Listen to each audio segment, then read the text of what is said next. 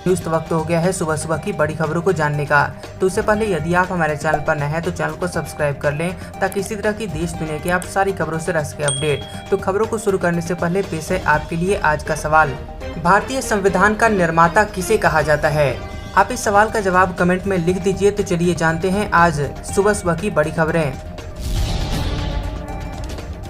हिमाचल के कई इलाकों में बादल फटने से तबाही, पीएम मोदी बोले हर संभव मदद की जाएगी।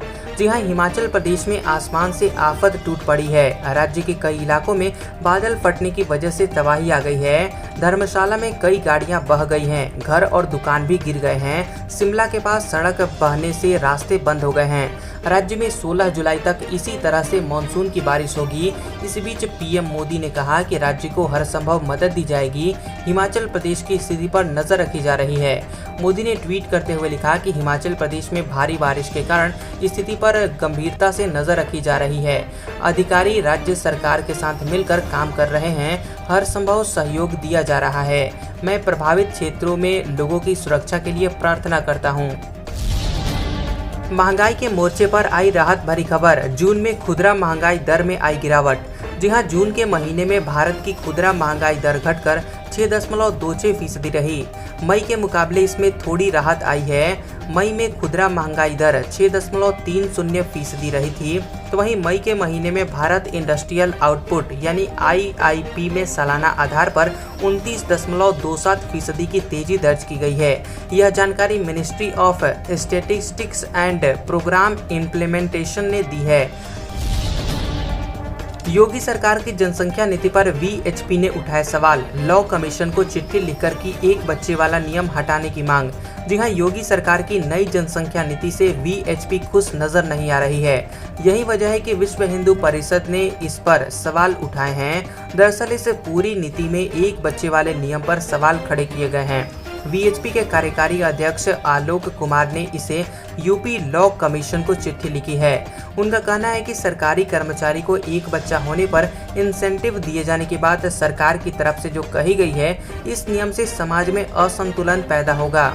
विश्व हिंदू परिषद ने जनसंख्या नीति से एक बच्चे वाला नियम हटाए जाने की अपील यूपी सरकार से की है। दरअसल योगी सरकार ने जनसंख्या नियंत्रण विधेयक मसौदे को लेकर जनता से यूपी विधि आयोग की वेबसाइट पर 19 जुलाई तक सुझाव मांगे हैं।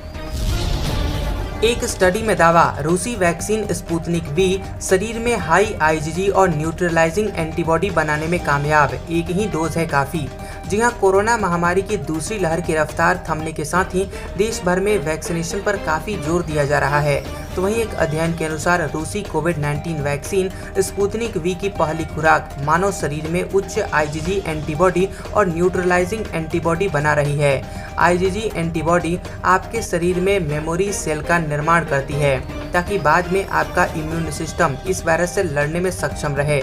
तो वहीं यह स्टडी एक international peer review open access cell report medicine journal में प्रकाशित हुआ है। इस रिसर्च को अर्जेंटीना में किया गया है। रिसर्च के दौरान वैज्ञानिकों ने 288 स्वास्थ्य कर्मियों को रूसी कोविड-19 वैक्सीन स्पुतनिक V का डोज लगने के बाद उनके शरीर पर बन रहे एंटीबॉडी प्रतिक्रियाओं का मूल्यांकन किया। 24 घंटों में किसी भी समय धरती से टकराएगा सौर तूफान, होगा ये बड़ा नुकसान। जी हां, अगले 24 घंटों में सूरज से निकली एक गर्म और तेज तूफान की लहर धरती को हिट कर सकती है। 3 जुलाई को सूरज के दक्षिण हिस्से में एक बड़ा विस्फोट देखा गया था। यह सौर तूफान धरती की तरफ 16 लाख किलोमीटर प्रति घंटे की रफ्तार से तेजी से आ रहा है, जो कि 12 जुलाई से लेकर अगले 24 घंटों तक किसी भी समय धरती को छू सकता है। धरती के चुंबकीय क्षेत्र में प्रवेश करते ही सैटेलाइट सिग्नल बाधित होंगे, जिससे कि GPS, टीवी और आपके मोबाइल का नेटवर्क उसमें भी दिक्कत आ सकती है। चुनाव लड़ने को लेकर राकेश टिकैत का बयान, कहा हम वोट की चोट देंगे। जी हां, आपको बता दें कि किसान कानून के विरोध में दिल्ली के गाजीपुर बॉर्डर पर धरने पर बैठे भारतीय किसान यूनियन के प्रवक्ता राकेश टिकैत ने उत्तर प्रदेश में चुनाव लड़ने को लेकर बड़ा बयान दिया है। राकेश टिकैत ने कहा कि हम चुनाव नहीं लड़ेंगे लेकिन वोट की चोट देंगे। राकेश टिकैत ने कहा कि 5 सितंबर को एक बड़ी किसान पंचायत का आयोजन किया जाएगा, जिसमें किसान आंदोलन के लिए आगे की रणनीति बनाई जाएगी। इस तरह की मीडिया रिपोर्ट्स आ रही थी कि राकेश टिकैत आगामी उत्तर प्रदेश विधानसभा चुनाव लड़ सकते हैं। मीडिया रिपोर्ट्स में राकेश टिकैत के एक बयान का हवाला देते हुए कहा गया था कि किसान संगठनों ने उत्तर प्रदेश और पंजाब विधानसभा चुनाव लड़ने के लिए कमर कस ली है। राकेश टिकैत के जिस बयान का हवाला दिया गया था उसमें राकेश टिकैत ने कहा था कि किसान नेताओं के सामने चुनाव लड़ने का विकल्प खुला है, लेकिन अब राकेश टिकैत ने चुनाव लड़ने की खबरों को सिरे से खारिज कर दिया है। बिहार में जनसंख्या कानून पर नीतीश कुमार का बयान कहा नहीं है इसके पक्ष में। जी हां, बिहार के मुख्यमंत्री नीतीश कुमार ने कहा कि वो जनसंख्या कानून के पक्ष में नहीं हैं। उत्तर प्रदेश में जनसंख्या विधेयक 2021 का ड्राफ्ट तैयार करने पर नीतीश कुमार ने कहा कि जनसंख्या नियंत्रण का अगर सिर्फ कानून बनाकर उपाय किया जाए तो यह संभव नहीं है। चीन में देख लीजिए, वहां पहले 1 बच्चे का कानून था, अब 2 बच्चे का कर दिया है। अब 2 के बाद भी क्या क्या हो रहा है। नीतीश कुमार ने कहा कि यह सबसे बड़ी चीज है कि जब महिलाएं साक्षर होंगी तो वे इतनी जागरूक होंगी कि अपने आप प्रजनन दर कम होगी। पत्नी को पढ़ा लिखा होने से प्रजनन दर कम होती है। हम लोगों की सोच साफ है कि साक्षरता के जरिए प्रजनन दर कम की जाएगी। हम कानून के पक्ष में नहीं हैं। 2040 तक देश की जनसंख्या वृद्धि बढ़ने के बजाय घटना शुरू हो जाएगी। 19 जुलाई से 13 अगस्त तक चलेगा संसद का मॉनसून सत्र। वैक्सीन ले चुके सांसदों के लिए RT-PCR टेस्ट जरूरी नहीं। जी हां, कोरोना वायरस महामारी के बीच संसद का मॉनसून सत्र 19 जुलाई से शुरू होकर 13 अगस्त तक चलेगा। लोकसभा अध्यक्ष ओम बिरला ने बताया कि इस दौरान 19 कार्य दिवस होंगे। आमतौर पर संसद का मॉनसून सत्र जुलाई के तीसरे सप्ताह से शुरू होता है और स्वतंत्रता दिवस से पहले समाप्त हो जाता है। लोकसभा अध्यक्ष ओम बिरला ने बताया कि कोरोना काल में हमने 3 सत्र आयोजित किए हैं। हर सत्र में सामान्य से ज्यादा सांसद उपस्थित रहे।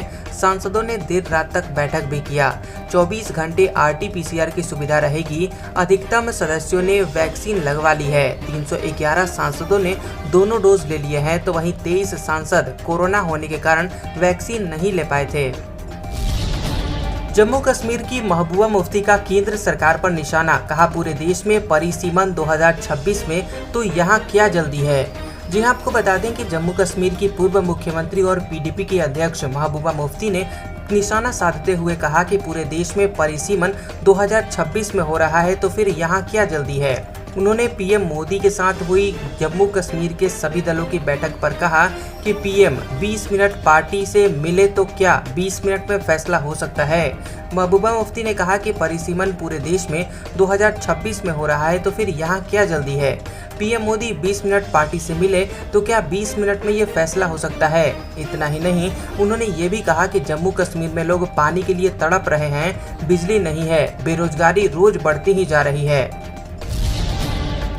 प्रियंका गांधी ने भरी यूपी चुनाव की हुंकार, पार्टी बैठक में सरकार को जमकर घेरा। जी हां, उत्तर प्रदेश विधानसभा चुनाव की तैयारियों के संदर्भ में बुलाई गई उत्तर प्रदेश कांग्रेस के अहम नेताओं के साथ बैठक में कांग्रेस महासचिव प्रियंका गांधी वाड्रा ने सरकार पर जमकर हमला बोला।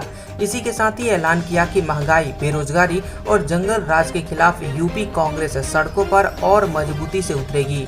प्रियंका गांधी ने कहा कि बढ़ती हुई महंगाई से जनता परेशान है।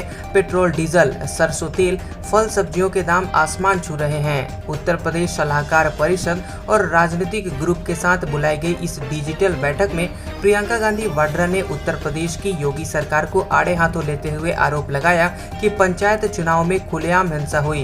बीजेपी कार्यकर्ताओं ने हिंसा के दौरान बम, पत्थर और गोलियां भी चलाई थी। नेपाल के सुप्रीम कोर्ट का आदेश, कहा 2 दिनों के भीतर शेर बहादुर देउबा को प्रधानमंत्री नियुक्त करें। जी हां, नेपाल में जारी राजनीतिक संकट के बीच नेपाली सुप्रीम कोर्ट ने अहम आदेश जारी किया है। नेपाली सुप्रीम कोर्ट ने आदेश दिया है कि शेर बहादुर देउबा को 2 दिनों के भीतर प्रधानमंत्री नियुक्त किया जाए। राष्ट्रपति विद्या देवी भंडारी ने कुछ दिन पहले संसद को भंग कर दिया था। राष्ट्रपति के फैसले के खिलाफ दाखिल याचिका की सुनवाई के दौरान सुप्रीम कोर्ट ने ये आदेश दिया है। सुप्रीम कोर्ट के इस आदेश के बाद नेपाल में महीनों से चला आ रहा राजनीतिक गतिरोध समाप्त हो जाएगा। आपको बता दें कि प्रधानमंत्री KP शर्मा ओली की सिफारिश के बाद राष्ट्रपति विद्या देवी भंडारी ने 5 महीने में 2 बार संसद के निचले सदन को भंग कर दिया था। संसद भंग करने के बाद 12 व 19 नवंबर को मध्यावधि चुनाव कराने की घोषणा की गई थी। केंद्रीय आईटी राज्य मंत्री राजीव चंद्रशेखर के ट्विटर अकाउंट से ब्लू टिक हटा दिया गया, बाद में किया गया रीस्टोर। जी हाँ, माइक्रो ब्लॉगिंग साइट ट्विटर आए दिन किसी न किसी वजह से चर्चा में है। इसी बीच केंद्रीय इलेक्ट्रॉनिक्स और सूचना प्रौद्योगिकी और कौशल विकास राज्य मंत्री राजीव चंद्रशेखर के ट्विटर अकाउंट से ब्लू टिक हटा दिया गया। हालांकि बाद में इसे बहाल कर दिया गया। ब्लू टिक हटने के पीछे ट्विटर ने कहा कि माइक्रो ब्लॉगिंग साइट पर उनके हैंडल का नाम बदलना इसका कारण हो सकता है। ये पहली बार नहीं है जब ट्विटर पर किसी नेता का ब्लू टिक हटा दिया गया हो। इससे पहले देश के उपराष्ट्रपति वेंकैया नायडू के अकाउंट से ट्विटर ने ब्लू टिक हटा दिया था। हालांकि बाद में उनके अकाउंट पर ब्लू टिक वापस आ गया था। अमेरिका ने चीन की कंपनियों पर लगाया प्रतिबंध, तो भड़के बीजिंग ने अब दी जवाबी कार्रवाई की धमकी। जी हां, चीन ने कहा कि वह उइगर समुदाय और अन्य मुस्लिम जातीय अल्पसंख्यकों के साथ दुर्व्यवहार में कथित भूमिका को लेकर चीनी कंपनियों पर अमेरिका द्वारा प्रतिबंध लगाए जाने का जवाब देने के लिए जरूरी उपाय करेगा। चीन के वाणिज्य मंत्रालय ने कहा कि अमेरिका का यह कदम चीनी उद्यमों का अनुचित दमन और अंतर्राष्ट्रीय आर्थिक और व्यापार नियमों का उल्लंघन है। चीन के मंत्रालय ने एक बयान में कहा कि चीनी कंपनियों के वैध अधिकारों और हितों की रक्षा के लिए जरूरी उपाय करेगा। हालांकि चीन ने पूरी जानकारी नहीं दी है, पर उसने अपने सुदूर पश्चिमी क्षेत्र सिंजियांग में उइगर समुदाय के लोगों को मनमाने ढंग से हिरासत में रखे जाने और उनसे जबरन श्रम कराने के आरोपों का खंडन किया है। अब हम अगले 24 घंटों के दौरान देश भर के संभावित मौसम पूर्वानुमान के बारे में बता रहे हैं। अगले 24 घंटों के दौरान पश्चिमी हिमालय, उत्तरी पंजाब के कुछ हिस्सों, तटीय आंध्र प्रदेश, तेलंगाना, मराठवाड़ा, मध्य महाराष्ट्र, कोंकण और गोवा, तटीय कर्नाटक, उत्तरी आंतरिक कर्नाटक और अंडमान और निकोबार द्वीप समूह के कुछ हिस्सों में हल्की से मध्यम बारिश के साथ कुछ स्थानों पर भारी बारिश हो सकती है। पूर्वोत्तर भारत, सिक्किम, केरल, गुजरात के कुछ हिस्सों, दक्षिण पश्चिम और दक्षिण मध्य प्रदेश, दक्षिणी पूर्वी राजस्थान और दक्षिण छत्तीसगढ़ के कुछ हिस्सों में हल्की से मध्यम बारिश के साथ कुछ स्थानों पर कुछ देर के लिए तेज बारिश हो सकती है। पंजाब, उत्तर प्रदेश, राजस्थान के शेष हिस्सों, हरियाणा के अलग अलग हिस्सों, दिल्ली, बिहार के कुछ हिस्सों, पश्चिम बंगाल, झारखंड, ओडिशा, उत्तरी छत्तीसगढ़, पूर्वी मध्य प्रदेश, दक्षिण आंतरिक कर्नाटक, रायलसीमा, तमिलनाडु और लक्षद्वीप में हल्की से मध्यम बारिश हो सकती है। आज का सुविचार, महात्मा गांधी ने कहा था, गौरव लक्ष्य पाने के लिए कोशिश करने में है, न कि लक्ष्य तक पहुंचने में।